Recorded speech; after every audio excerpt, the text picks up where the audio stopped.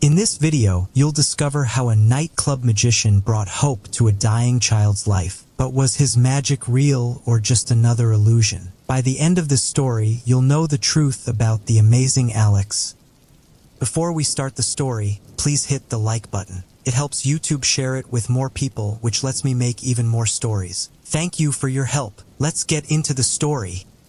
The elderly man clutched the phone next to his ear, his face a mask of concern. "How long is he going to be there?" he asked, his voice low to avoid drawing attention from the patrons wandering into the nightclub. He listened, then said, "How's he holding up?" Paused, then he nodded. "That's right. It's tomorrow, isn't it? I'll put together something for him. Something special." The man, his eyes weighed down by tired bags, closed the phone, then slipped it into the pocket of his worn sport jacket. He surveyed the nightclub he managed.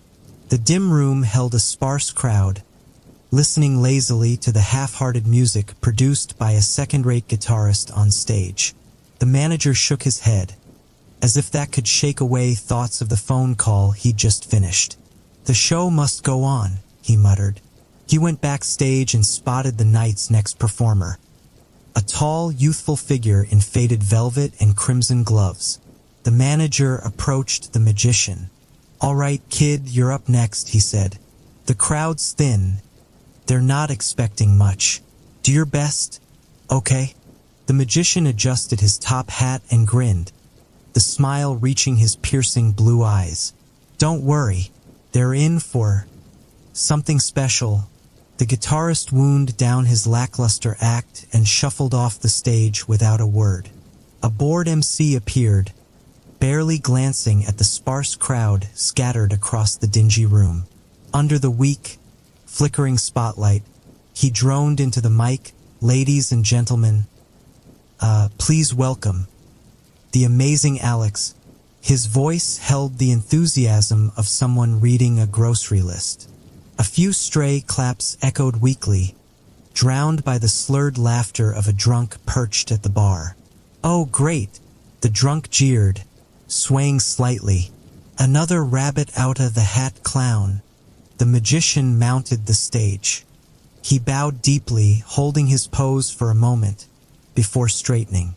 He held out his arms in a welcoming gesture. "Good evening, ladies and, well, mostly gentlemen," the heckler belched, waving his drink dismissively. Yeah. So what you gonna do?" The magician's jovial smile didn't falter. "Actually," he said, his voice dropping into something conspiratorial, "I'm not going to tell you what I'll do." The audience stirred, some leaning forward in their creaky chairs. "Instead, you," he swept a hand toward the crowd, "are going to tell me what I'll do." A ripple of murmurs waved through the room. The heckler snorted. "What a joke," he slurred. From the back row, an aggravated voice called out, clear and cutting, "Make that guy shut up." The magician's smile widened mischievously. "Granted," he said, and with a snap of his fingers, a puff of smoke erupted around the heckler.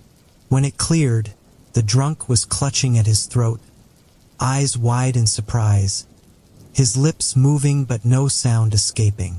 The crowd laughed and offered a smattering of claps. A bold voice from up front shouted, He's just a plant." Alex perked up and grinned. "A plant, you say?" He snapped his fingers again, and another puff of smoke surrounded the drunk. When it dissipated, only a potted plant sat on the bar stool. The crowd laughed and offered appreciative applause. "Who's next?" asked the magician. The bold guy leaned forward again. 25 grand. Right here." He slammed his hands on the table in front of him, the force of the gesture causing some of his beer to slosh over the rim of his glass. "Sorry," the magician replied with a playful smirk. "Only one trick to a customer." The bold guy grumbled a bit, but his protest soon petered out.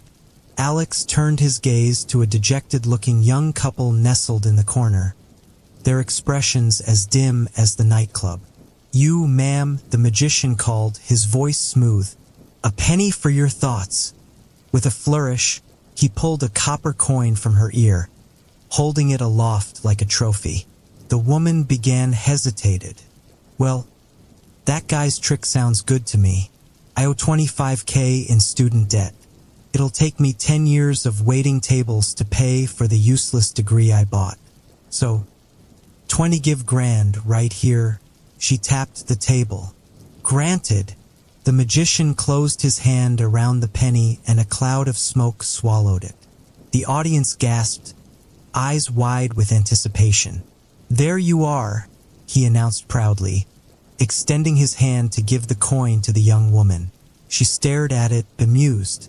She nodded, as if she'd known all along that the magician wasn't for real. "Great, a penny," she sighed. 30,000 more and I can make next month's loan payment." She examined the coin a bit more, then announced, "It's not even the right color." This last observation drew the attention of her boyfriend, a numismatist, who took the coin and scrutinized it with the attention of a neurosurgeon. "White penny, steel, minted in 1944, rare as hell. Even a circulated one of these goes for 30,000, he exclaimed, excited as a kid on Christmas. The young couple's spirits transmuted to confused hope. The small crowd buzzed with curiosity. Alex noticed the shift, sensing the electric energy building around him. He had their attention now, and knew from long experience that he'd keep it for the rest of the show. "Who's next?" he asked again, scanning the audience for the next willing participant, his eyes eager.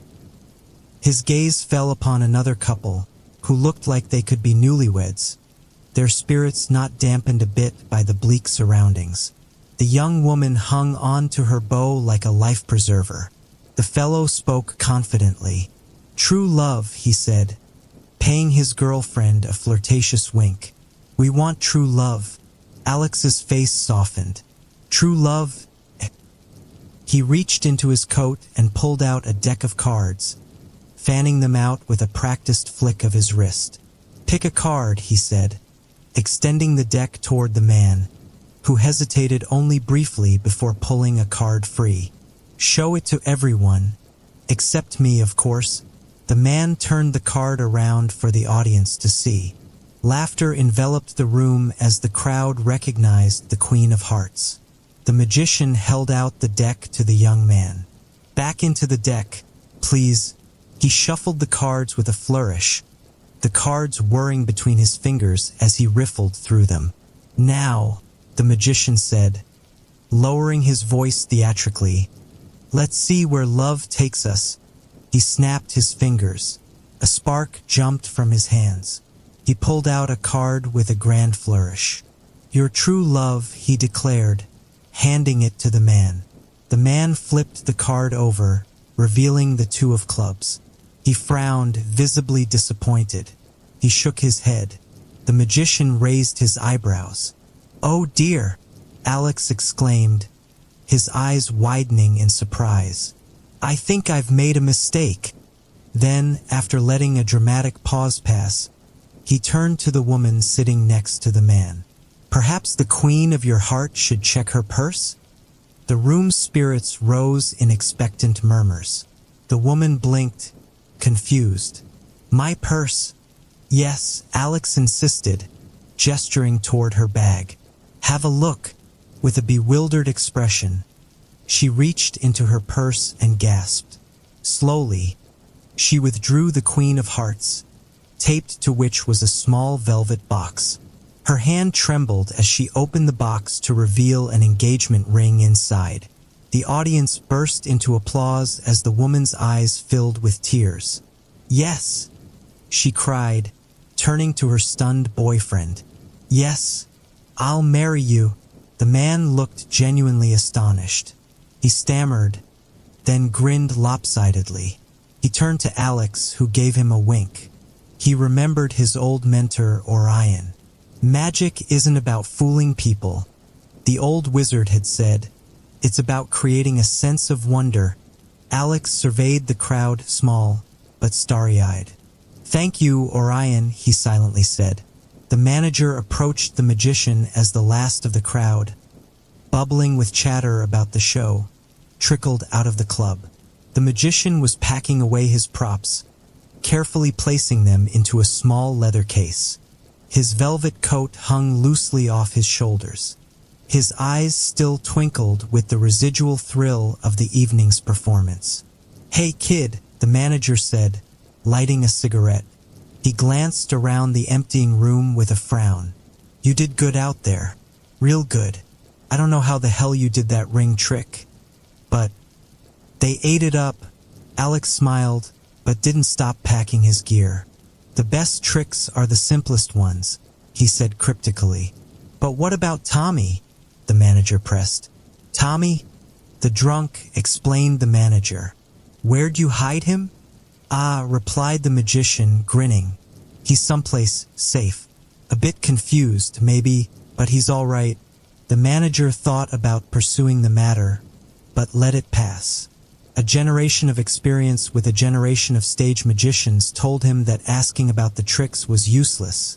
Illusionists never explained their secrets. "Listen," the manager continued, rubbing the back of his neck. "How'd you feel about doing another show? You've got a booking here as long as you want." The magician shook his head, his movements deliberate. "Sorry, only one show to a venue. A promise to my master." The manager exhaled smoke, letting the silence linger before chuckling. "Can't say I blame you. I'd hightail it out of this dump if I could." Alex smiled, then returned his attention to his packing. The manager hesitated, as the germ of an idea dawned upon him. He flicked the cigarette away. "Hey, how about doing a birthday party?" The magician raised a curious eyebrow, his interest piqued. "A birthday party?" he repeated, his tone neutral, but a hint of curiosity creeping in. The manager nodded, pulling out a wad of bills from his pocket. He fanned them out, the crisp 20s crinkled. "I can make it worth your while." The magician glanced at the money, but remained unmoved. He started to turn away. "It's not about the money," the manager added quickly, his voice dropping lower. "It's my grandson." Alex paused, looking up at the manager now. Something shifted inside him. He could really use a boost, you know? The manager continued, his whole heart behind his words. "He's angry about a lot of things. I thought maybe a little magic might lift his spirits." He sighed deeply, as if the world was burdening his shoulders. "His birthday's tomorrow. He's turning 11. Maybe," Alex murmured, "tell me more." As the manager described the gig, the magician's grin grew wider and wider. The children, glad for a chance to escape the boredom of the hospital's pediatric ward, sat eagerly at the cafeteria's tables. Some of the children, the less infirm ones, even bounced in their seats, awaiting the arrival of a man the nurses had called the magician. The anxious waiting was interrupted by a pop, a cloud of smoke exploding in the corner of the room. When the haze cleared, there stood the magician, his faded velvet coat hanging a little loose on his frame. An open, friendly smile spread across his face. A nurse standing nearby blinked in surprise, mesmerized by the magician's materialization. One little girl, frail but awestruck, whispered, "Where'd you come from?" Before the magician could respond, a sharp voice erupted. "What's the point of this?" The speaker was a boy, his head bald from treatments. He glared at the magician with eyes far too old for his 11 years. "It's bad enough that I have to stay in the," he made air quotes with his fingers, "children's ward. But they really think I'm gonna feel better by some caped dimwit pulling rabbits out of hats. Please." The magician met the boy's fierce gaze with a steady calm. "No rabbits or silly hats here," he said softly. "Just a humble entertainer, trying to make a little magic, if you'll let me." The awestruck girl chimed in again. "What tricks are you gonna do?" As if on cue, the magician bowed. Actually, he said, taking on his practiced conspiratorial tone, I'm not going to tell you what I'll do. Instead, you, he swept a hand toward the children, are going to tell me what I'll do. The boy was unimpressed. His eyes narrowed. Fine, he said. You want to do a trick? Okay. I wish for a brontosaurus. Let's see you do that. His voice dripped with sarcasm. The magician's lips curved into a smile, but there was something deeper in his gaze now. Something that shimmered with both understanding and a trace of sorrow. Granted, he said. With a flourish of his hand, he snapped his fingers exploded with a small flash. The beast was the size of a cat, but otherwise it looked like a denizen of Jurassic Park. The children looked on in astonishment as the tiny, toy-sized brontosaurus meandered at the boy's feet, staring befuddled at the floor, its dull eyes searching for a patch of grass. The boy eyed the mini dino with a skeptical gaze. Cool hologram, he laughed acridly. But the boy's mouth fell open when he reached out toward the gentle beast and his finger met a solid skin that felt like leather. The brontosaurus flickered, then vanished. Unfortunately, the magician said, the hospital doesn't allow pets on the ward. But I'll see that he's waiting for you at home. When, make me better, the boy blurted, a flash of hope, raw, desperate hope, suddenly blazing in his eyes. He clenched his fists, his voice trembling as he said, make me better. That's what I want. I wish to be better. The magician looked stricken. His smile faltered, he winced with pain. I'm so sorry, he whispered, but... One trick to a customer. The boy's face crumpled, tears springing to his eyes. Silence hung over the room for a long moment. The magician, his heart heavy, turned again to the awestruck girl, whose wide eyes were still gleaming.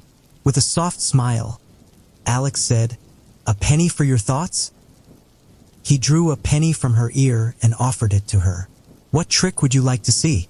The girl looked up at him, her small, pale hand reaching out to take the penny. She thought for a moment, then looked over at the boy, her expression as gentle as velvet. I like his idea, she said, her voice barely a whisper. She glanced back up at the magician. I want for him to get better. Now it was the magician who was awestruck. He searched his memory, which spanned more decades than anyone would believe, for a moment where a request had inspired him with such wonder. People's wishes, especially grown-ups' wishes, were usually so small: money and status, pep in their love lives, an occasional demand for raw power. The magician felt a singular thrill of cheer as he raised his hand to snap his fingers.